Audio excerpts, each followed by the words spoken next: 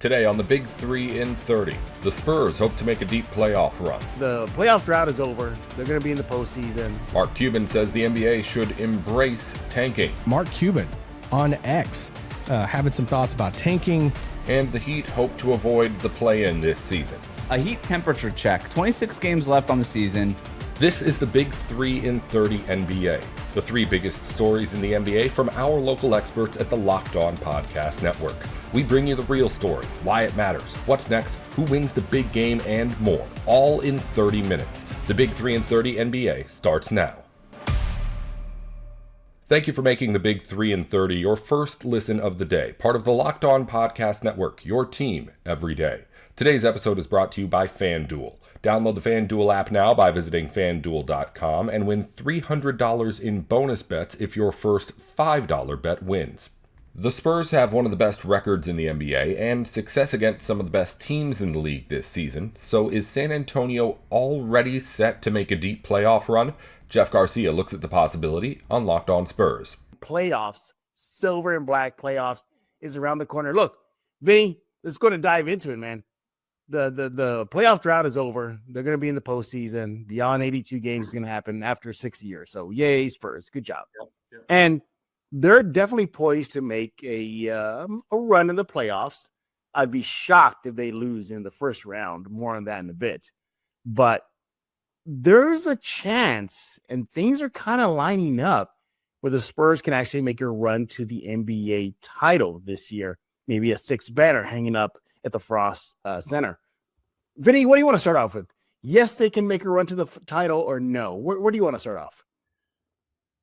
I'm going to say yes, they can run to the finals. Because why do I say that? Because they say every year that there are 6, 7, 8 teams, and that's it in the league, that can win the championship. They're one of those teams. I think they're clearly shown that at this point. I mean, they have as we speak, I think still the third best record in the league. And and again, they're one of those very worthy teams. Now, things have to happen, like avoiding injury and all those sorts of good luck things. But why are they a favorite? Because of that guy on the screen right there. I mean, you have Victor Wembanyama, who is, I don't know, I guess a top 5 player in the world right now.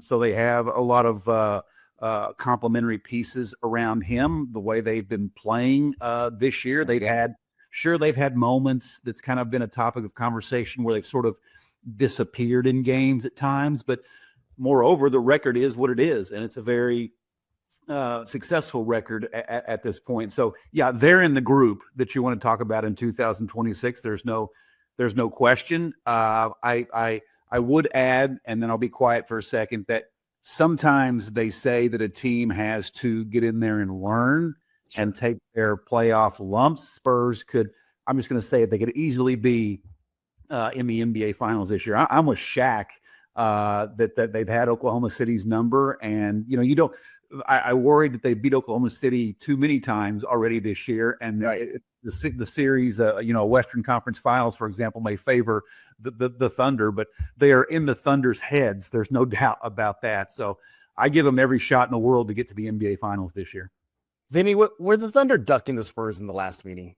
They were ducking the Spurs. Oh yeah, they rested their entire starting 5. Yeah, they were ducking them. Yeah, there's no doubt. There's no doubt about that. I mean, there were like 3 games in a row. I'm trying to remember here, right? There was the Thunder, there was the Lakers, and there was Golden State. Everybody is ducking, and they're afraid. It was almost humorous at some point. It really was. Let's look at some of the numbers of the Spurs right before the break. So let's look at their last 5 games, Vinny, and this is what tells me that this is a championship team already. So going into the break, 5-0, great. But get this, Vinny. They're second in those 5 games, that 5-game span, second in the NBA in offensive rating at 125. It gets better. 7th in the NBA in defensive rating at 111. Gets even better than that. They're second in rebound percentage at 55.7%. And keep the things that matter, like turnovers, to a minimum. 8th in the NBA in turnover percentage at 13.2. Again, that's in the last 5 games heading into the All-Star break. So the numbers are just eye-popping. eye-popping at what this team can do. So, Vinny, I'm also going to share with you my 3 reasons why I think the Spurs can win the title as soon as this season. I just hit on that elite defense. Defense wins games, Vinny.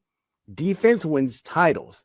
This team has shown since the start of the season till now, they can lock you up.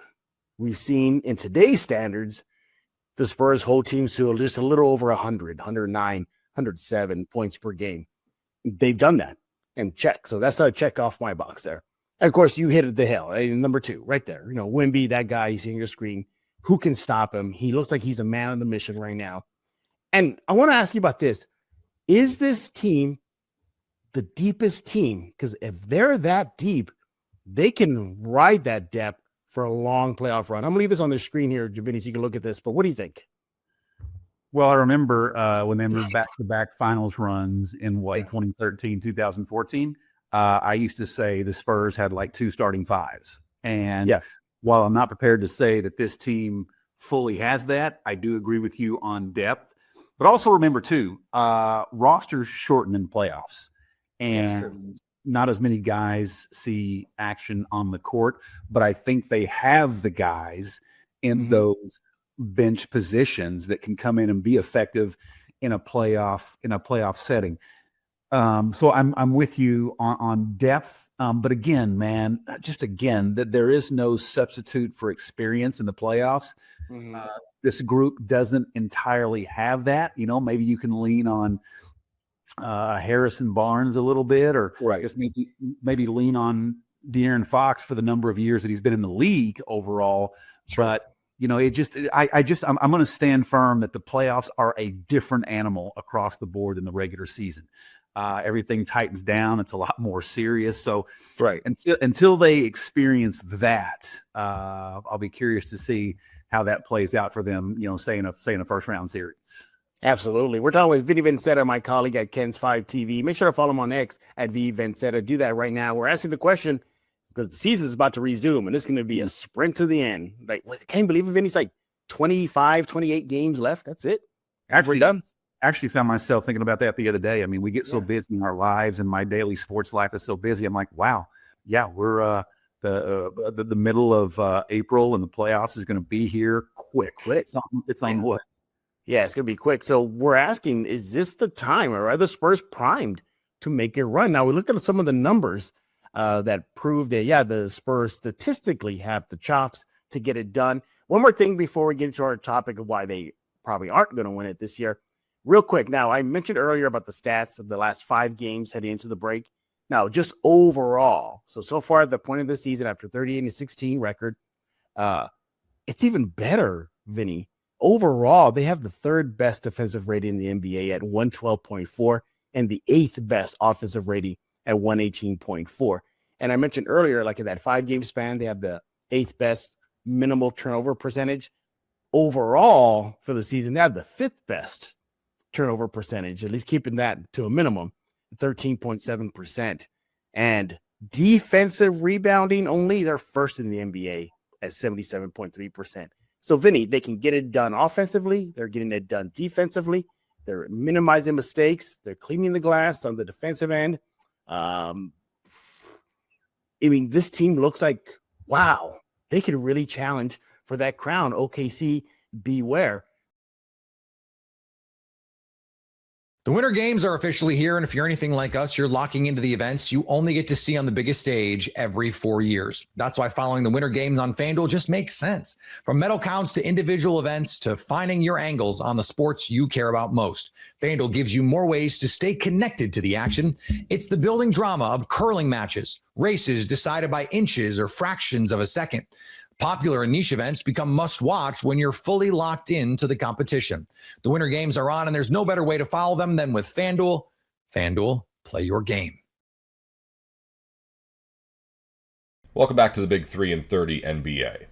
A lot of people say the NBA has a tanking problem, but Mark Cuban is taking the other side. He says the league should embrace the tank, and Isaac Harris has his thoughts on Locked On Mavericks. Mark Cuban on X having some thoughts about tanking and kind gosh, there's so much different things. I mean, it applies to the NBA in general for the most part, but also there's some Mavs stuff in there too. And I'm not going to read everything word for word of what Cuban put, because honestly, I copy and pasted all of it into a Word doc, and it's like 3 pages long. So I'm like, well, I can't read that.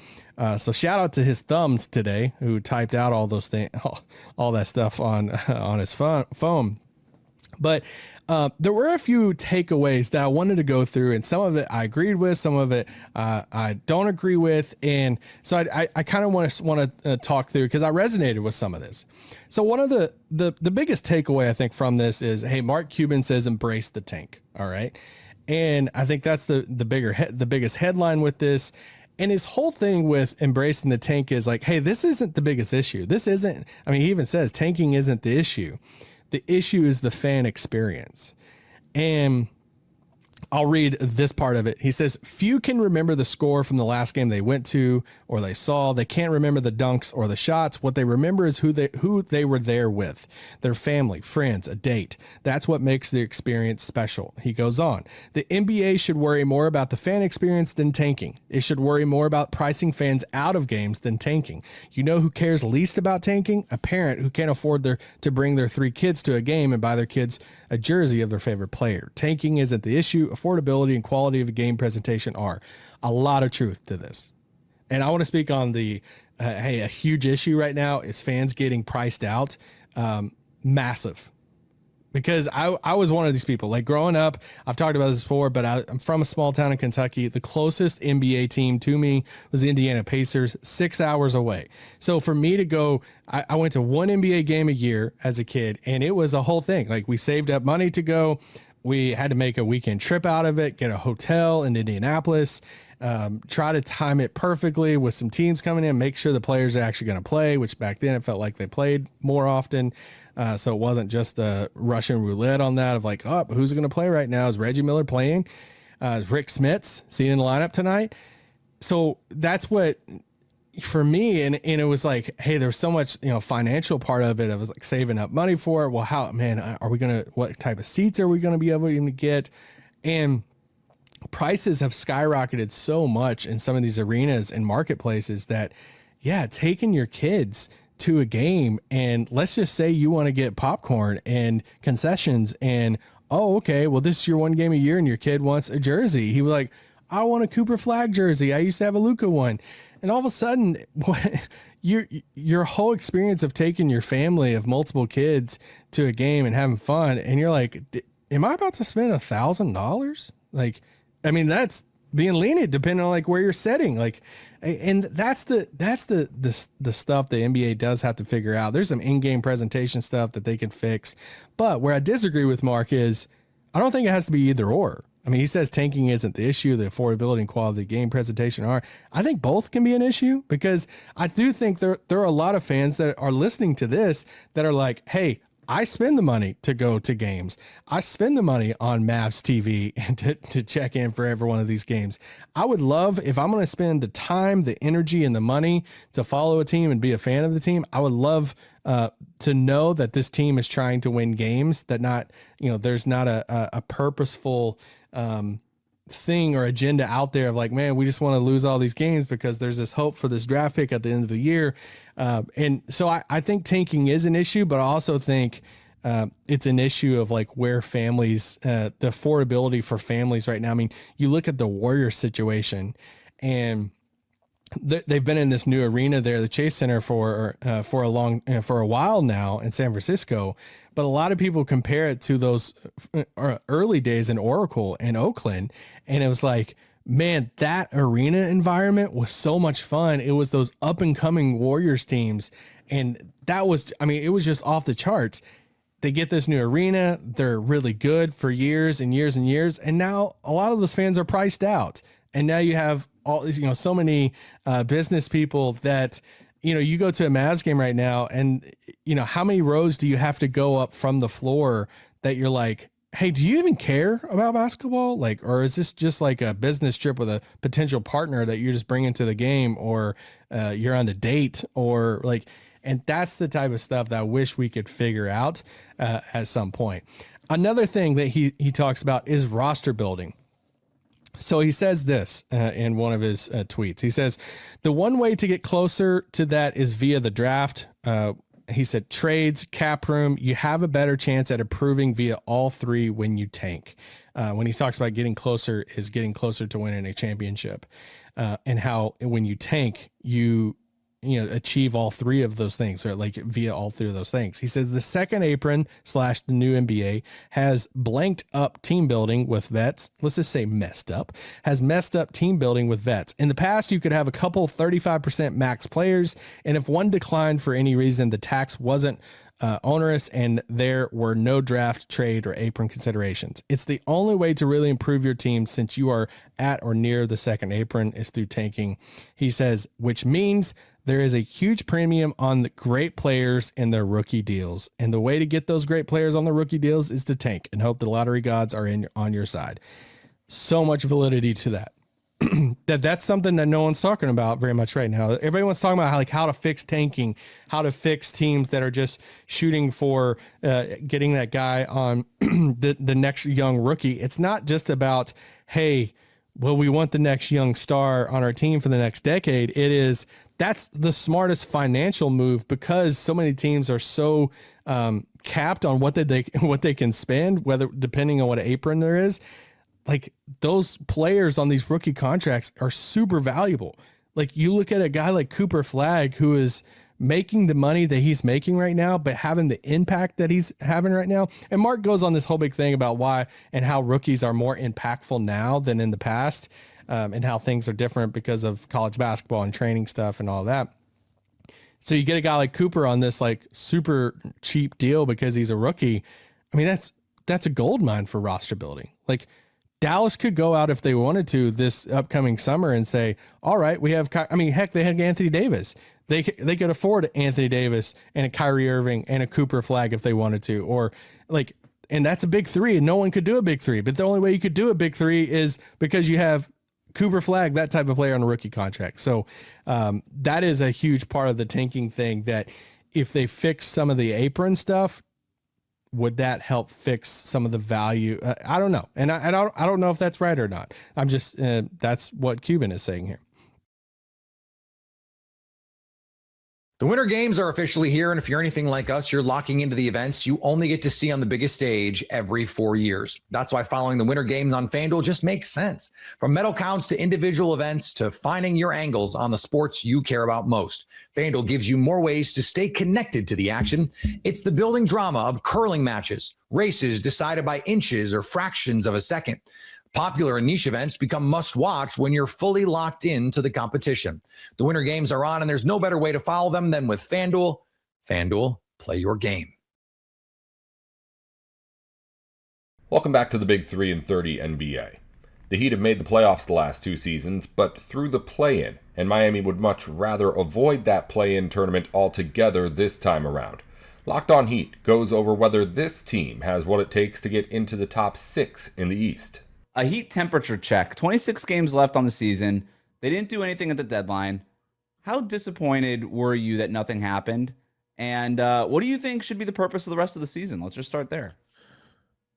Well, I think the purpose of I think my first thing I would like them to do is to try and find some way, shape, or form to get out of the play-in. I think that would be my first baby step goal, is could they get to the 6th seed? Could they just avoid having to play extra games? Could they get a week off for whatever playoff matchup they have to go into and not bash their head against the wall to go take on one of the top 2 seeds in the East? I think that is probably my first goal of the season, since we're here, since we're not at get anybody, we're not at trade anybody, we're at we believe in our team again, and we're gonna make a run, and we're gonna get our guys back. So cool. Okay, well, let's make the best of it then. Like let's get the hell out of the play-in for once. Let's leave our kingdom of play-inville and let's try and make it just to the playoffs. I think that would be my first goal, and I was hopeful that, with some of the schedule softening up for them a little bit, that would be there for them, but then they lost to a team trying to lose. So I just, I don't know when I can count on them being able to do that, Wes. They have the 7th easiest schedule remaining in the league. And you take a look at around the league and the teams that are tanking, they have 7 games upcoming against tanking teams. Now, to your point, they lost to one of those teams who is the Utah Jazz actively throwing games in fourth quarters right now. But still, I mean, that's a soft schedule, and that bodes well for them. Also, this is great for everybody, not just the Miami Heat, but people who have to watch this team every night. No more West Coast trips. No more 10 p.m. Eastern starts, which is great. So the schedule gets a lot easier for them going forward. They're 2 games back of Philly for the 6th seed. 2.5 games back of, that's not right, 3.5 games back of Toronto for the 5th seed. So that 6th seed, maybe the 5th seed is striking distance, but I would start the goal at just getting that 6th seed, to your point, just getting out of that play-in tournament. I'm with you. You're here. This isn't last year where you were flirting with that 9-10 seed, and it was either like, do we kind of lean this way and go in and just sort of stumble into the play-in, or do we lean the other way and just sort of back into a lottery pick?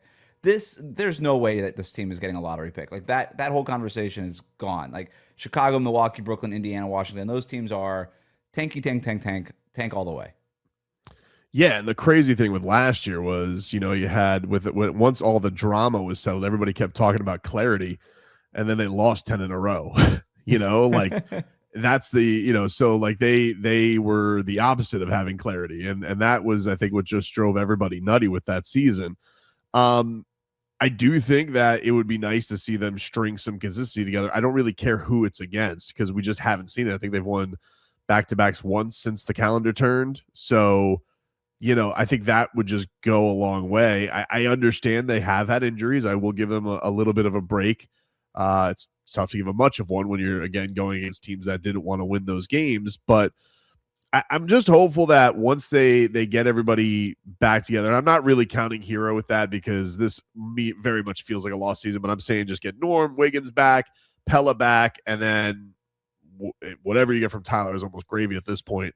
But those 3 in particular to start this thing off, I think that it feels like Spo has kind of opened up his arms a little bit to getting Bam and Kalel some time together. So I think that's beneficial, and I think that will be exciting for Heat fans to see because, like, look, put trades aside or like if those guys are on a team together, they got to figure out how to play on the floor together. So I think that's a very important element of this year so far. And I don't know, it doesn't seem crazy to me. I'm not asking for them to finish 4th. I think just please get out of the play-in. They should pass Orlando, the way the Magic have been playing. They're not playing very well. And Miami, they're not, blowing the doors off of other teams. But to your point, they were injured. I think they really needed this All-Star break. Norm Powell should be back by Friday night against Atlanta in Atlanta. They should make a run here. I was going to ask you about Kalaware and Bam. So, we know what the numbers are. They're not great. Now, that is starting to trend in the right direction. They're actually a plus for the season now after the last week or so of getting a little bit more positive play. Bam starting to make shots. Kalel starting to maybe turn another corner here. That balance of, okay, we're aiming for the playoffs. This is the aim. Everybody who says that this Heat team is directionless, it's not. We know what the direction is. It's 6th seed. It might not be the direction you want, but that's the direction. We're going to try to win every game. We're going to try to get the 6th seed. That's what the rest of these 26 games are going to be. But balancing that with, we also got to see what Bam and Ware are all about. We got to see what Pella's all about. Like, these guys are obviously helpful players, but how much you lean into that youth movement, I do think is an open question. Yeah, it definitely is. But I think the thing with Ware and Bam that I'm happy that he's the coach has flipped on is like he's not so against just finding them on the court together. Because I know when Pella comes back, it's probably going to result in Kalel not starting, which is fine. I mean, I'll live with that. But I just think that because Bam's going to obviously play a heavy amount of minutes every game, you got to find some way, shape, or form to get Kalel some more minutes. And so that's just naturally going to blend over to he's got to play with Bam, and they got to have it work together, even if it's not starting together. Would I like them to start together? Yeah, but I'm going to be realistic. I'm going to be, be in the spot where I know where the coach is probably going to come from. So I'll be fine with Pella because Pella usually has led to some positive things for this team. But I just think that you have to be open, whether it be matchups or just time of the game, just to see it somewhat and see how it works with them together. I'm with you. I think the part that always surprised me is how Spo went from starting Bam and Ware together to not playing them at all, right? Like in pockets of the game, there's minutes there for them to play together. And that was the surprising part to me. And we've seen him mix and matches front court combinations of it's going to be Bam and Nico, or maybe it's Kalel and Nico in that second unit. Sometimes it's just Nico by himself at the 5 with a bunch of small players alongside him. So finding some consistency there, I think, would be huge, especially for somebody like Kalel, who obviously thrives with a little bit more consistency. Really quick before we get out of this segment, while we're here still taking the temperature on the Heat, what did you think about the All-Star weekend? Keyshawn Johnson winning the dunk contest, Norm Powell playing for Team World. What did you think about how the Heat guys did? I liked the dunk contest because I thought Keyshawn Johnson, you know what I just liked about him is he seemed like the only guy who just enjoyed being in the contest. So many times now it feels like everybody's just like, oh, I don't want to be there. And I remember asking them about the being in the dunk contest at Media Day, and he was kind of unsure. He's like, I don't know, like people don't seem to really have fun with it. You know, good dunks don't get as good of scores as they probably should. So I was pumped up to see how he would perform, and he's just a great energy as a person, and so to see people like that get to shine on a stage like that, I thought was awesome. I also thought his dunks were really good, and the other thing that was for everybody who hammered on it, it was really the other three guys. I mean, one guy almost died, one guy just dunked, and he's 7 foot tall, and then Carter Bryant choked, and so like. None of that had to do with Keyshawn, and so the game was kind of in the spot of like, okay, he basically was the only guy to complete a first round dunk. That was nice. So he basically just had to get to the second round. So he did a little reverse, whatever. His third dunk was badass. Carter Bryant's was better, but Carter Bryant choked. I thought it was a good dunk contest. I think if Carter Bryant didn't choke, I think maybe we would have thought, oh, that was a pretty good duel. I also think the dunk contest it's a weird thing. Like I remember this with Home Run Derby where they went from 10 outs to the clock. And I was like, it was too long, but then it went to like Home Run Derby on cocaine. And I feel like the slam dunk contest is a little like that. Like 90 seconds is cool. I appreciate it moving fast. It feels a little fast. I don't know if it needs to go that fast, especially in the final round. Give these guys a little bit more time. Because it does feel like the Vince Carter thing kind of screwed with Brian a little bit, but I enjoyed that. I thought the All-Star game was really fun too. Can I jump in on the dunk contest part? Yeah, go ahead. Yeah. I like that we're eliminating all the props for the most part. Like Kashad dunked over E40, and by the way, he could have dunked over E40 standing on top of E40. He cleared him. That guy is a freak athlete. But I like that we're doing away with something. You're absolutely right. I think these guys should get more attempts. I think I'm okay with that. Give them a little bit more time, but getting rid of the props and just dunking. Kashad with that reverse between the legs behind the back dunk, that was crazy, dude. Like that is, you see that kind of thing in person and you're just like, are we the same species? I don't even understand this. So yeah, I thought Kashad was great and it was great to see him. And the point of the storytelling part of this, these are the guys that don't typically get a lot of shine. Kashad especially has played 10 games all year in very little minutes. To see him get an opportunity to kind of show his personality on this stage was really cool. But your thoughts on the All-Star game? Liked it a lot. I wasn't expecting to like it because it felt like everybody had already kind of put it in the bag. I wasn't watching it on TV. I actually had it on my phone. I was out and about, and then I was like, first game was kind of good. Like Wembanyama was bringing it. He obviously was the catalyst. Ant said that. It was pretty obvious. And I think that's kind of the beauty of Wemby is like, hey, when the guy who's 8 feet tall wants to play hard, you guys kind of have no other choice unless you want to look like fools. So I really liked it. I liked the World versus USA. I think I think they have an idea here that's good. There's some things I would tweak because it did feel like by the end of it, guys were gassed. And I also feel like they didn't really care about beating the other Americans. It felt like there really was something there with World and USA. And so I think that if they just went one game with these two, I think that they would have a home run. But I thought it was really good. Norm had that one shot to try and win it. It was kind of a hard one. They gave him the ball with 0.5 left to win it. And then he kind of got it going in the other World game late. But I thought it was a rock solid weekend for the NBA. I really enjoyed the All-Star weekend, and I wasn't expecting to. Yeah, it was better than I thought too. I would like to see them bring back East-West in some way. I like the 12-minute quarter games, the round robin. I think it works. These short bursts. It's really hard for these guys to not try, right? It would be really embarrassing if you just went out there and laid on the floor like Steph Curry did a few years ago during a 12-minute All-Star game. But I would like, maybe you split up the world in stripes to East-West. I don't know. There's got to be ways to do it, but I'm with you. I thought these guys were a lot more locked in for it. That's all for today's Big 3 in 30 NBA. If you follow football or college sports, the Big 3 in 30 has shows for the biggest news in the NFL and on campus going up every weekday just like this one. Just search the Big 3 in 30 NFL or the Big 3 in 30 college wherever you're listening or watching right now. Thanks again for tuning in to the Big 3 in 30 NBA.